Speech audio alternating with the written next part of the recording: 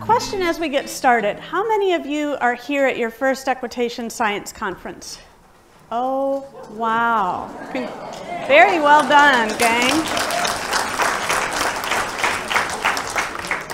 And another question, how many of us are here for our 10th or more?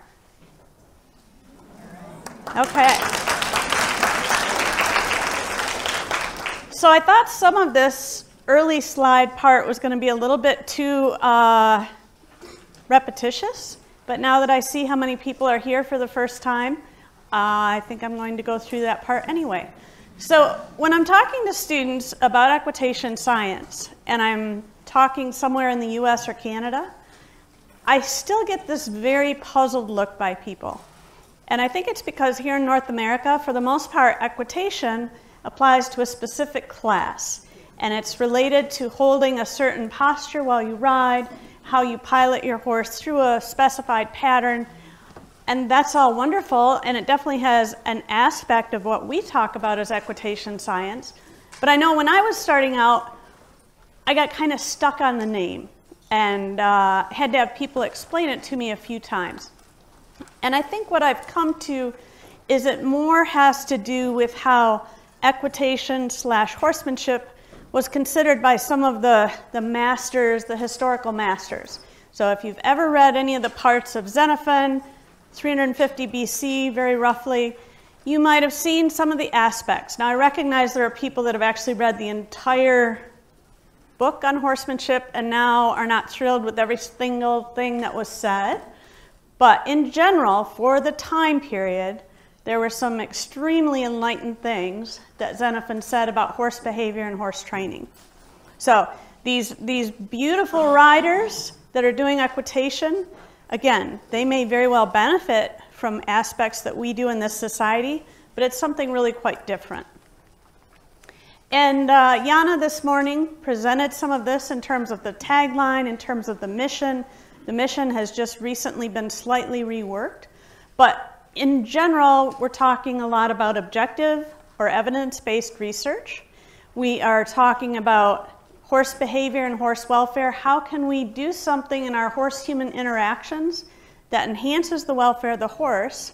And as we more and more recognize, when we pay good, close attention to horse-human interaction, we enhance safety. And that has to be considered paramount as well. Okay, there we go.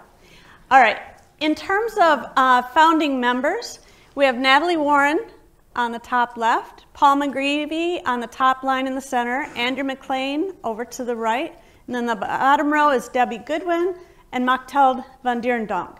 And as the story goes, the way it's been told to me, is these folks had some brainstorming at a workshop in Iceland, probably 2003, 2002, right around there. And that was where some of these ideas came up. All of these people have been very instrumental into how I found myself here, how I've ended up on the Council for Equitation Science. Through various reasons, I have been on Council for Equitation Science ever since 2007.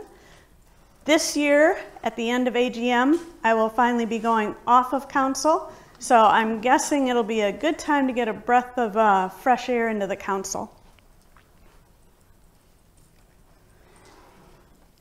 Jana also did a really cool job of explaining where some of the countries have been. One thing I will add is we've tried now to establish a model where we go back and forth between 1 year in one of the European countries and 1 year in a non-European country. So obviously the European countries are a little closer located. When we go to a non-European year, it might be US, it might be Canada, it might be Australia, and we're still looking into other options as well. So I actually wanted to just briefly make sure people know who is on council. So if council members, if you can stand up, I'm just going to quickly read through. Some of you that are fairly new, make sure you spend some time meeting up with these folks, and hopefully they'll be delighted to share some of the equitation science with you. Colleen Brady, Education Officer. Lauren Brisges, I don't think she's here, student representative. Orla Doherty, junior vice president, will very shortly be president. Kate Fenner, media officer. I don't think Raylene is here, governance officer. Elka Hartman, communications officer. Myself, senior vice president. Uta Koenig van Borstel is research officer. Katrina Merkes is our honorary secretary as well as head liaison for this conference. Gemma Pearson, veterinary liaison officer. I don't think Denise was able to be here as our practitioner representative. Angelo Teleton, if you look at the website, it says ordinary council member. I think that's a very poor term. But Angelo does a whole bunch of different things, serves on a lot of our subcommittees. Carissa Wickens, assistant secretary, she's not able to be here. Christina Wilkins, newsletter editor and social media, there we go. Jane Williams, treasurer and membership.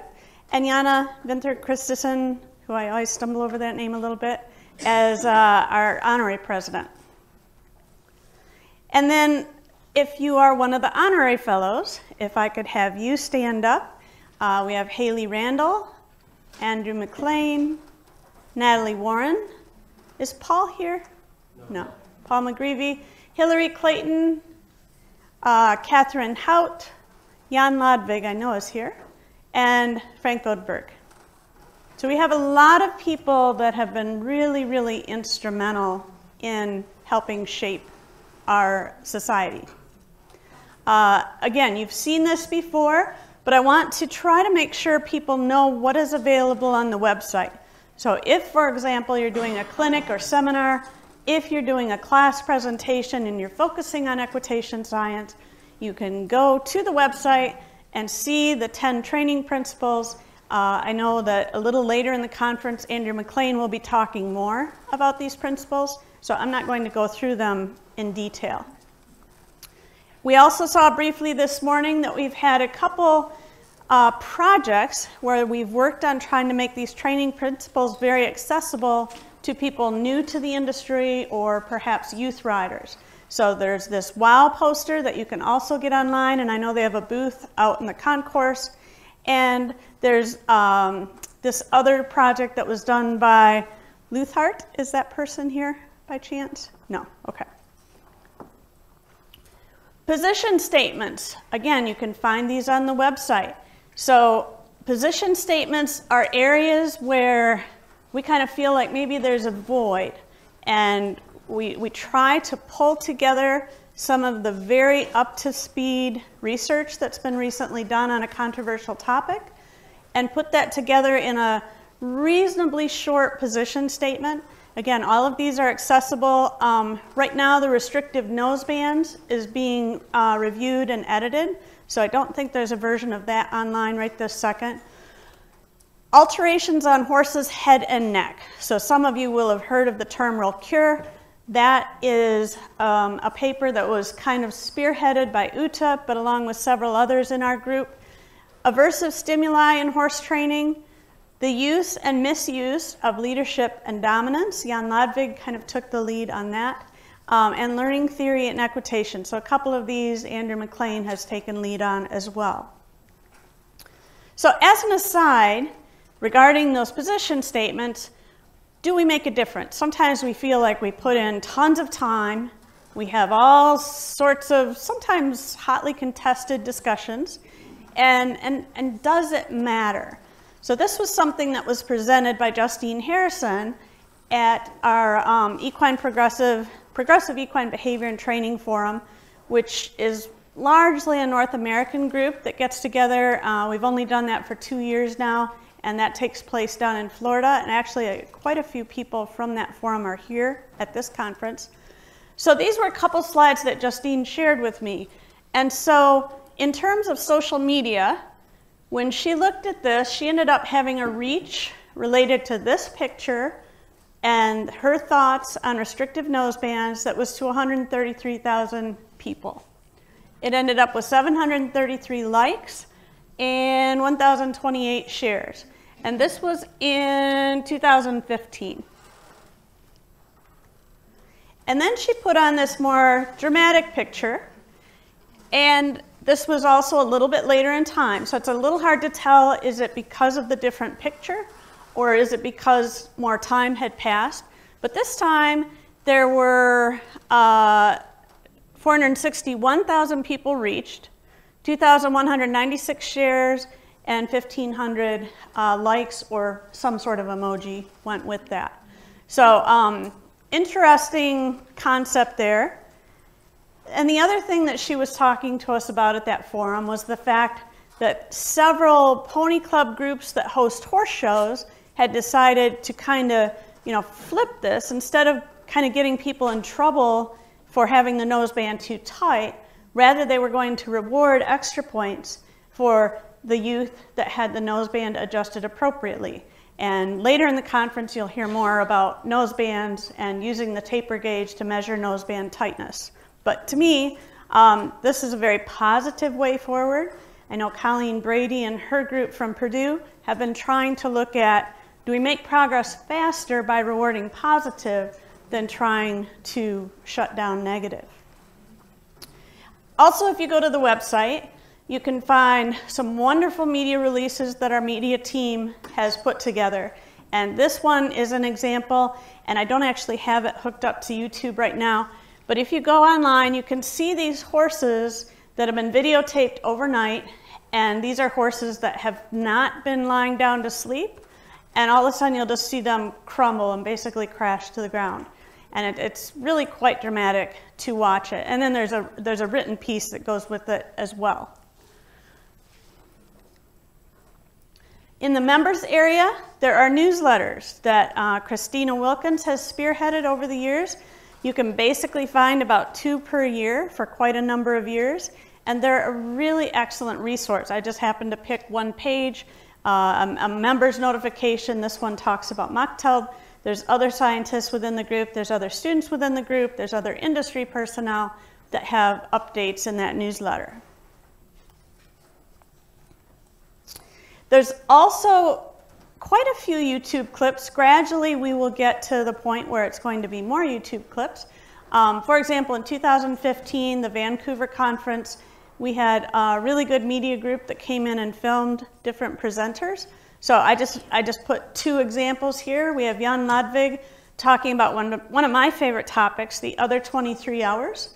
So we concentrate a lot in equitation science about what happens while we're actively riding and training per day. But realistically, what happens during the other roughly 23 hours of the day? How are we impacting the management of that horse? And does that impact how things happen during our 1 hour of day?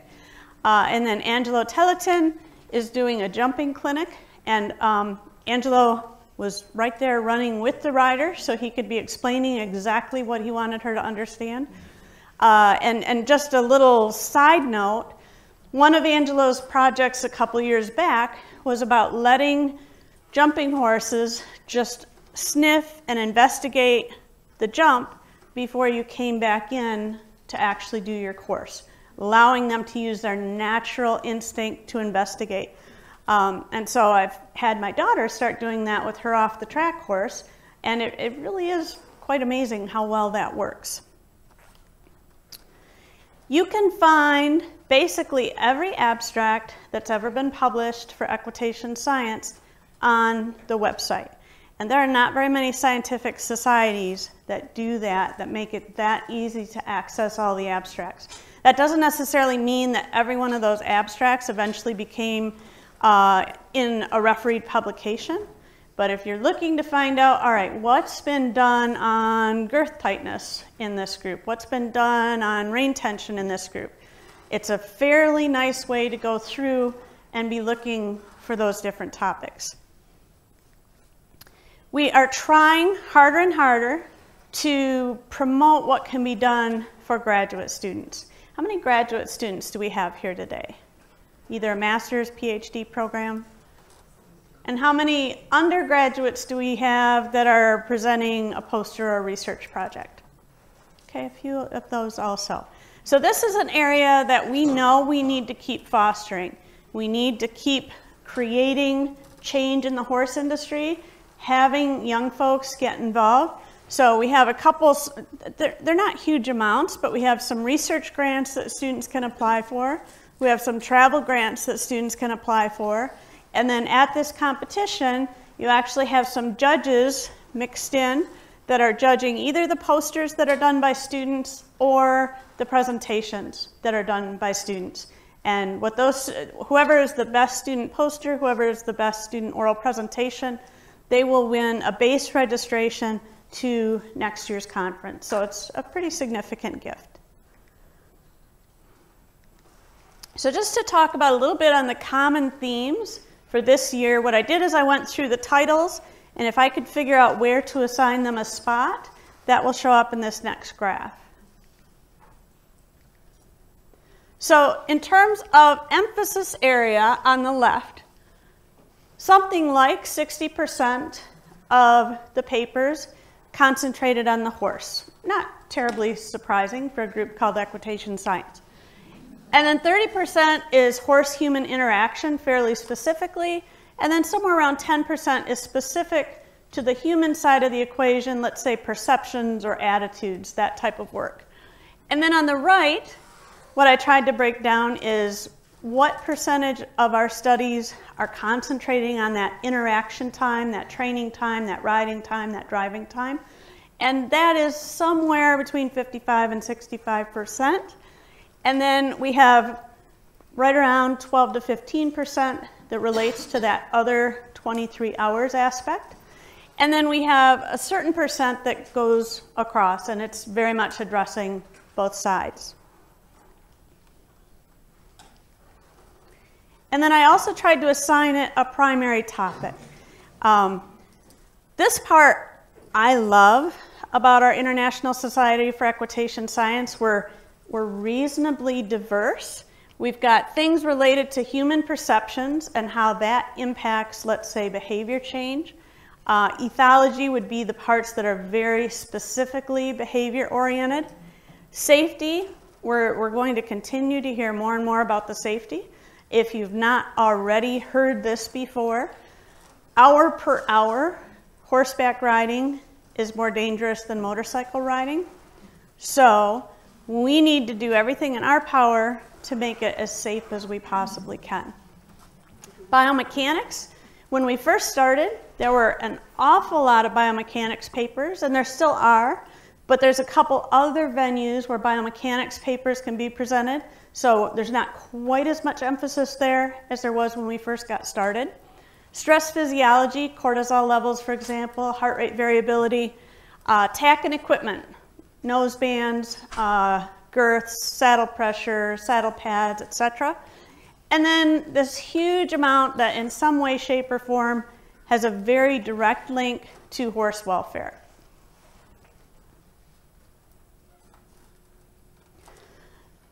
So when I was asked, what value has equitation science brought to our understanding of horse welfare, horse behavior, horse-human interactions, I decided maybe it would work, especially now that I know how many people this is their first conference, just to kind of run you through some of the things I feel like I've learned along my journey. So some of these will be explanations, some of these will be video clips. In terms of learning theory, at the very first conference I went to, I found myself wondering, it's like, okay, I know some really, really good horse trainers that don't necessarily use this terminology correctly. Is that wrong? And I remember having a few discussions with Andrew McLean, a few discussions with Amanda Warren Smith, and they were really pretty emphatic, in a very nice way, that it does matter what your terminology is. If you really want to be clear to the horse, it's much easier if you have clarity of whether you're doing a punishment or a negative reinforcement or a positive reinforcement, etc. So I spent some time working on that because in spite of the fact I have this huge passion for horse behavior and horse welfare, I had never officially taken a psychology class. So I actually needed to do some self-study to get up to speed on the terminology. One thing I know Shauna will talk about during the practical day is more emphasis on positive reinforcement. And I will never be able to tell students that often enough. we still, at least in the United States, have a huge number of people that are just so traditional. The idea of giving food treats or even wither scratches, it doesn't sit well with them. They just don't want to do it. So it's going to take everybody in this room plus everybody we interact with to try to say, you know what, gang, we can get farther faster with a lot more application of positive reinforcement. By the same token, I have a set of students when I'm doing classes that assumes negative reinforcement is bad, and if you really ask them to take a quiz on the first day, they're going to mix up negative reinforcement and punishment over and over again. So that's another aspect to try to say, all right, realistically, when you really think about what you do in terms of training your horse or pony, most of the time, the vast majority we do is negative reinforcement. So we need to take away this negative, this bad connotation and talk about it in a purer, clearer kind of way. So what I was trying to do early on when I kind of got involved was figure out ways that I could get some of my undergraduate students involved with projects. I worked for 25 years at Michigan State University, the last 3 years at University of Kentucky. I've always had 100% teaching and advising appointment. So anything I do in terms of research is basically out of hide kind of opportunity. But if I can figure out a way to have an undergrad student do this as an independent study, then it's sort of a win-win. My department chair is happy, the student is happy. Usually we come up with something that we can publish and hopefully present at a place like this. So the first one that I did was just a fairly basic project where we were going to take some of our Arabian horses, teach them to cross a tarp, which is not innately a natural behavior for an Arabian horse. And we would do this both with negative reinforcement, just pull, as soon as they stepped forward, release the pressure, or have another group where it was a combination of negative and positive. As soon as they stepped forward, they immediately got a handful of oats, just plain old ordinary oats. And I'll just let this play while I'm talking more about it. Oops, I need to turn off the sound. And I should mention too, this horse was one of our show horses, so his tail is wrapped up simply to help it grow longer. It's not like a set broken tail or anything like that. It's just wrapped up to make sure he doesn't step on it and break off the length. And this was one of our kind of average negative reinforcement horses. And you know, because you're using a student, their timing is not going to be perfect all the time.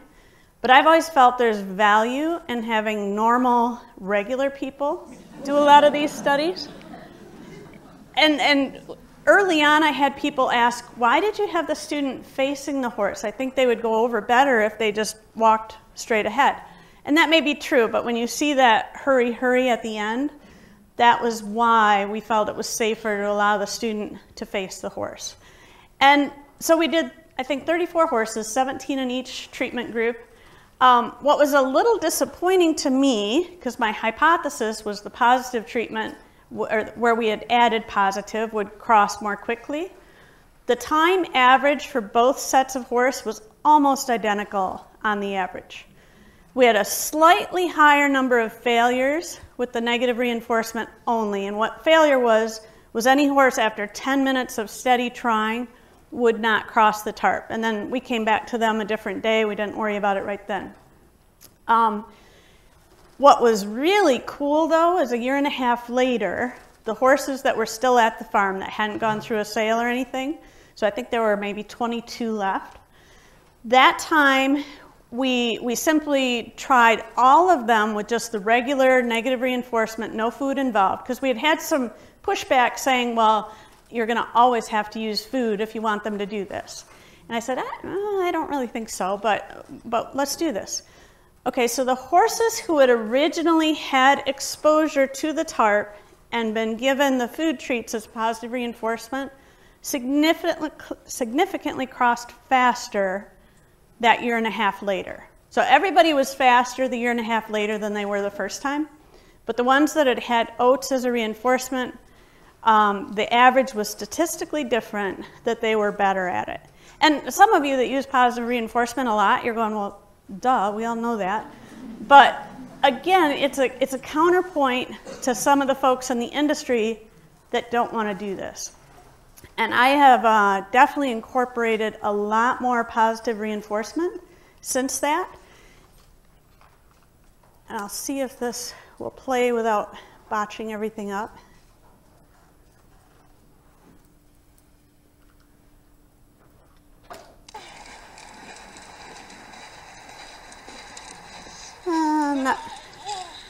Sorry, I'm not sure where the volume is on this particular part. So my daughter is a very horsey person, and she wanted to teach this particular horse how to carry a flag. And of course, she needed to know it by the next day. So there's a tiny handful of you that have met Tasha, and that's just kind of how Tasha rolls. But what I said, okay, we're gonna try doing this with a lot of positive reinforcement, and as well as some counter conditioning. So just from the ground we started, and we would walk towards him with the flag, and when the eyes got huge and the ears were as alert as they could be, we stopped. And then as soon as he kind of took a breath and dropped his head, he got a food treat. And then we just kept doing that, and in, I don't know, maybe in 5 minutes, we had the flag right up to him and started rubbing it along his body. Same thing, we wouldn't actually give him the treat as he was all blowy and excited. We waited till he calmed, and then he got the food treat. And so probably within 20 minutes, she was able to start riding him around with the flag. And at first, I would just walk along, and every now and then, I'd give him a treat if he was being good and calm. So this was in less than an hour that he went from a horse who was very blowy and frightened of the flag to a horse that was okay cantering around with the flag. So that was, you know, yet another thing for me to say, okay, this positive reinforcement is pretty cool stuff.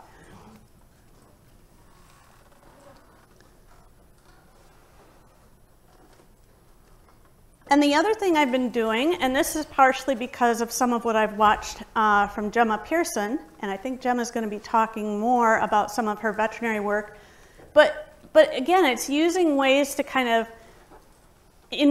enhance what you're trying to do in terms of a medical treatment in a way that makes life easier for the horse. And again, you don't have to necessarily be perfect at what exactly to call what you're doing. And you don't always have to be totally perfect with your timing, and you can still make big enhancements. So this summer, those of you that follow me on Facebook, which is actually a lot of people in this room, you'll know that we've been battling abscess after abscess in our off-the-track thoroughbred. And so horses get really tired of having their foot soaked, having their foot wrapped, etc. So what we've been doing is, especially because usually I go out one night and then my daughter goes out the next night. And so we just put his food in a big old tub in the stall and let him eat and eat and eat as we're wrapping and soaking and wrapping and soaking. And it sort of makes me mad at myself, like, why did I not do that all those other years?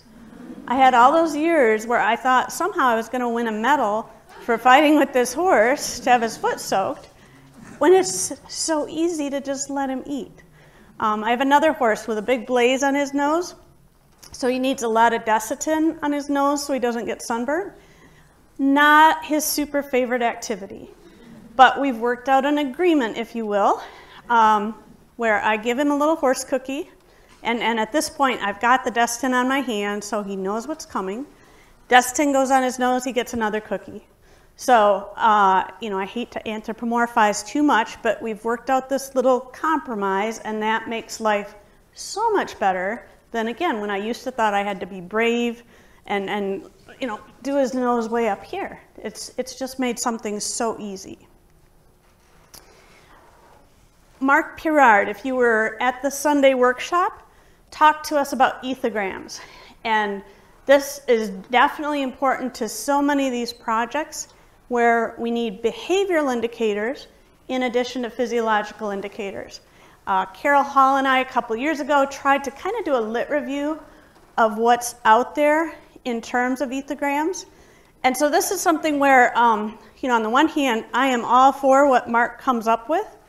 In the meantime, it's not like we're going to put all our studies on hold until we get that done.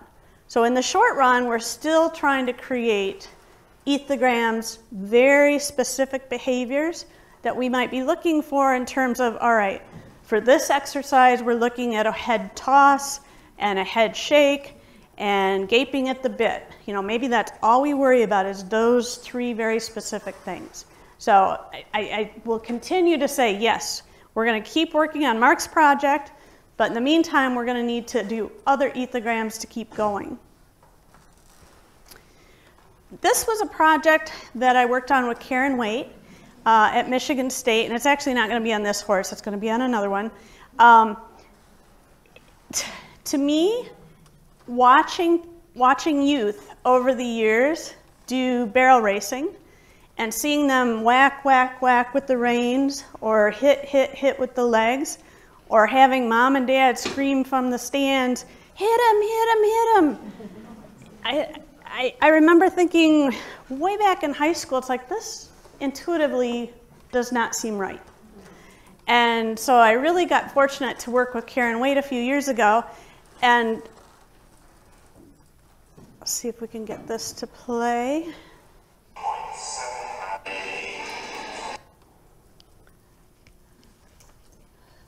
So if you watch closely, you're going to be able to see this guy over under the horse a few times.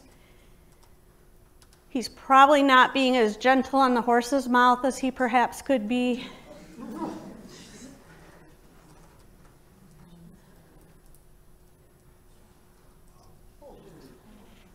And so you find yourself wondering, it's like, okay, if I was a horse, why would I run faster if I know out in the arena I'm going to get hit and hit and hit? And sometimes we wonder why a lot of these contesting horses are so horrible to get in the ring. And then you watch stuff like that and it starts to make sense. So on average, our horses that had hardly any kicking or spurring ran the average same time as the horses that were whipped and kicked a lot. Now, when Karen Waite first ran that statistic, she said, oh my gosh, Camie, this is horrible, they're the same. And I said, no, it means the whipping and kicking doesn't make them go faster. And so when you spun it on its head, it was still a good finding. And certainly some of the work that Paul McGreevy and others have done with whipping and racehorses is showing, for the most part, that does not make the horses go faster. There's a whole bunch of reasons why whipping in racehorses takes place, but probably sheer speed is not the major factor. And we could head down a rabbit hole on whipping in the racehorse industry. It's a topic that I'm very passionate about these days, but I'll run out of time if I do that. A smaller scale project, but one that we had been interested in looking at, and there will be people in this room probably that wonder why on earth we did it. Myself and our horse farm manager at Michigan State both believed that a well-adjusted running martingale, when horses were being ridden by novices, could actually help buffer the horse's mouth as compared to letting people just kind of bounce around with rough hands. Now, other people have said, why don't you just have everybody ride on a lunge line until they have better hands and better balance? And that's great if you have enough people that you can lunge all your different riders. But most of us in a university setting have 8 to 10 people in one class, and the students don't want to do nothing but walk the whole entire semester. So I'll just briefly talk about this a little bit. We were fortunate we had about 8 absolutely amazing Arabian geldings that if you had an advanced rider riding, they could actually do pretty darn decent basic level dressage. If you had a super, super novice person, they would try really hard to pack them around and be pretty tolerant about the whole thing. So this was one of our riders without having the martingale on, and when we put the martingale on, then you would see the horse had a little more consistent neck position, There was not as much tail ringing. There was not as much bit gaping. So based on that, based on behaviors, we felt, at least with novices, at least with these horses, that the martingale was actually more welfare friendly for them than no martingale whatsoever. Now, having said that, there's a whole bunch of little caveats you can look at, but the actual rein tension was higher in our horses ridden with martingales, as you can understand the way a martingale works. So Hillary Clayton was one of our co-authors, and we sort of decided, all right, maybe the sheer absolute rein tension is not as important as the consistency of the rein tension. As far as other 23 hours research, one of the projects that I really kind of enjoyed the outcomes, it wasn't necessarily super fun during, because myself and 5 other students spent as many hours as we could for 12 months out at our horse farm, walking from one pasture to the next, to the next, to the next, and writing down exactly where the horses were located. Were they in the shed? Were they next to the shed? Or were they way far away from the shed? And what were the weather conditions that day?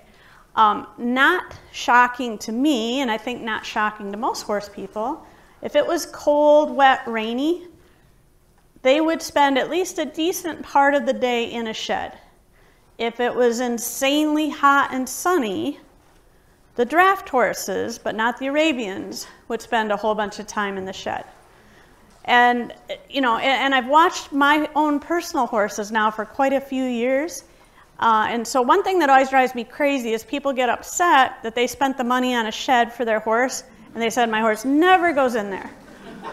And so I tell them, it's like, have you actually put a 24/7 camera on your horse? I think you'll be surprised at how many times a day the horse goes in there. It might only be 5 minutes, but it's enough, you know, like the worst thing for a horse is 45 degrees Fahrenheit with rain or snow coming down and some wind, because then that fur gets mushed right down to their skin, and they will legitimately get chilled at that point. So that, I just always feel passionate that horses need to have the option for shelter, even though they might not use it very often. Another part of my working life has been related to working equids. So I've been lucky enough to go to Mali, Egypt, a couple rural areas in Mexico, a couple rural areas in Brazil, Honduras, I think that might be all. And work with the working horses, the working donkeys, the working mules that are working for very resource poor families. You know, families that maybe the family income is $250 a day or something along that line. And what's really hard for a group like this to realize is well over 80% of the equids in the world are doing that kind of work. And, you know, so it's great that we work on trying to improve a saddle pad, let's say, or slightly adjust a bit or something along that line. And I love that, but if we could provide more of the absolute basics to some of these other working equids, we would make mountains of strides. This particular little mule here, this is in Egypt at one of the brick kilns. Whoops. That one may not want to play. There it is.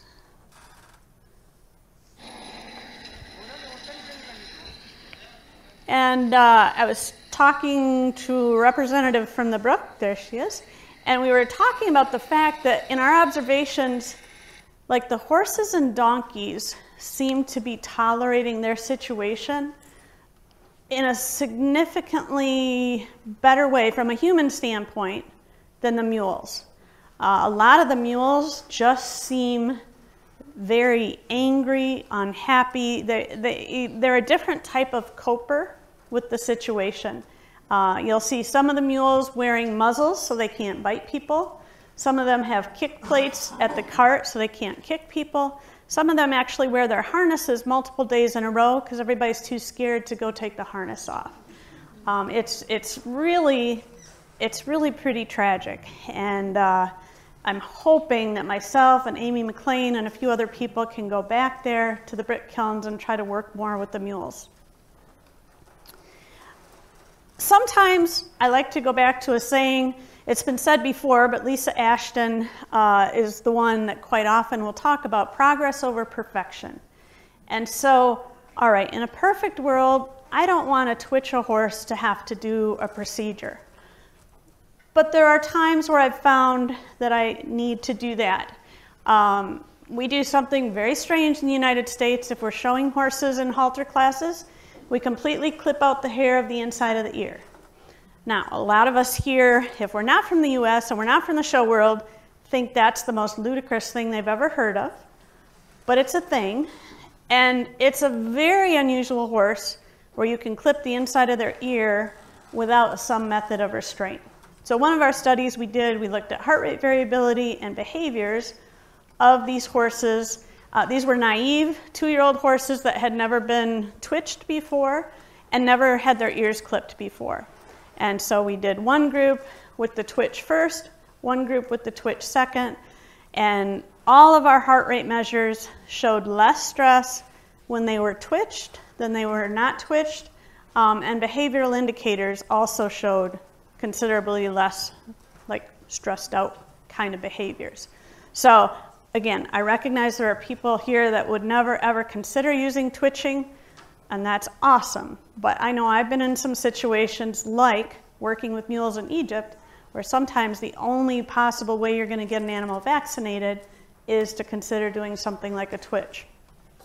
The other thing I've been doing a lot since I got to Lexington, Kentucky is becoming more passionate about what goes on with racehorses and trying to follow the industry more closely. I was super lucky at Michigan State. I got to have about 6 years working with an Arabian racing program. So I had a chance, basically as an exercise rider, to recognize, you know what, when these horses get fit, they actually do seem to love to run. I mean, they would basically prance all the way to the track. You had to work hard to have them not try to run as fast as they could. We never used whips at all. Basically, if they got clucked to, they were gone. Now, having said that, out of every group of 6 horses we would start each year, there was probably one each year that was going to be slow and have no desire whatsoever to go fast. So that was my micro experience with racing. And so now that I'm in the heart of race country, I try to follow this more closely and try to follow the different issues that are related. And if you find me the next couple days and want to talk about everything related to Santa Anita, I am happy to try to chat with you about that. I will simply tell you right now, if you're wanting to completely hate on the horse racing industry, I'm not the person to talk to, because I actually think there are a lot of really good things taking place in the horse racing industry. Some other things I've had a chance to do through Equitation Science. A few years back, and Katrina was part of this as well, somebody decided I could get to be an honorary Canadian. And so they put me on this panel to be part of creating the welfare code for equine in Canada. And I even got elevated Canadian status, and they let me be part of the scientific committee. So that was a really, really great experience.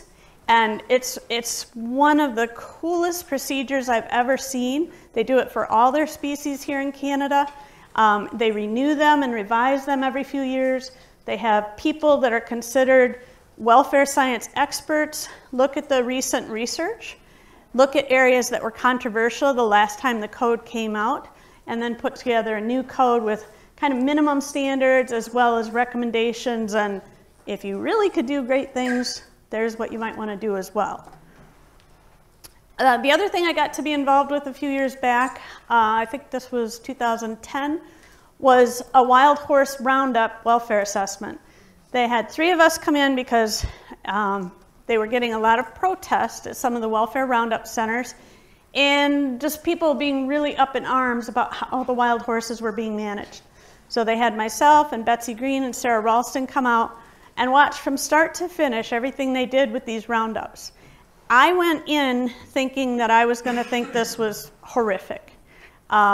And as it turned out, I actually felt like they were doing a lot of things very well. I felt like the cowboys that were part of the group that were doing the roundup understood horse behavior extremely well. They had taken in some of Temple Grandin's advice as far as how to set up the round pens and the chutes, how to get them onto the trailer in as calm a way as they could. So again, it's one of those things that I thought I was going to be very upset about. And I actually turned out thinking, all right, until we figure out a better way to manage wild horses, this is not too bad. And just a little bit here on kind of changing gears. For the practical day, we're going to be seeing some of the new cutting edge research tools. I don't know very much about these, so all I've really done is taken a picture and their website, and basically I'm just trying to prime you to be paying attention to these at the practical day. And that's my daughter's off the track horse. I always have to put him in every presentation now. So equal-avert is one where there's this little light, and you can set it to your horse's stage of training or their conformation, and that will be a way to help decide if you're consistently riding behind the bit, for example. Most of us can feel if our horses are ahead of the bit, but sometimes there's a problem with you get in such a habit of riding behind the bit, you kind of forget that you're doing that. We have a new version of rein sensors, and so Menka, where's Menka? There we go. So you will be presenting about that on the practical day, correct? So you will hear more about kind of our state-of-the-art version of rein tension sensors.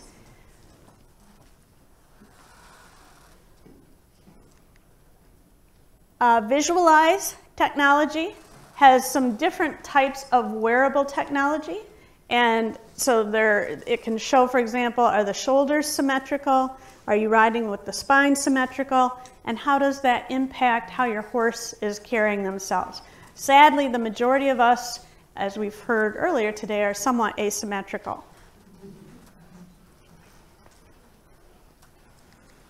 And there's this night watch halter, which you may or may not have heard about, trying to draw on smart technology to give people some feedback about what's going on with their horse, especially like during the night. You can kind of check in, and where I could see this being really useful is when you're at a show. Sometimes it's completely nerve-wracking wondering what's going on with your horse at the show facility. So I think in general, kind of a take-home message, whenever we understand our horses better, and when I say horses, I'm also including mules and donkeys, whenever we know more about how to fairly treat them, how to work the best on their management, we can end up with better welfare for our equids that we work with. And even though I really, really want to encourage people to look at the scientific evidence, I will always come back to asking yourself ethical questions. And a few years back, myself and Ray Anthony out of University of Alaska put together an article on, is scientific assessment always enough, or do we need to also be incorporating the ethical piece? So with that, I'll turn the floor back.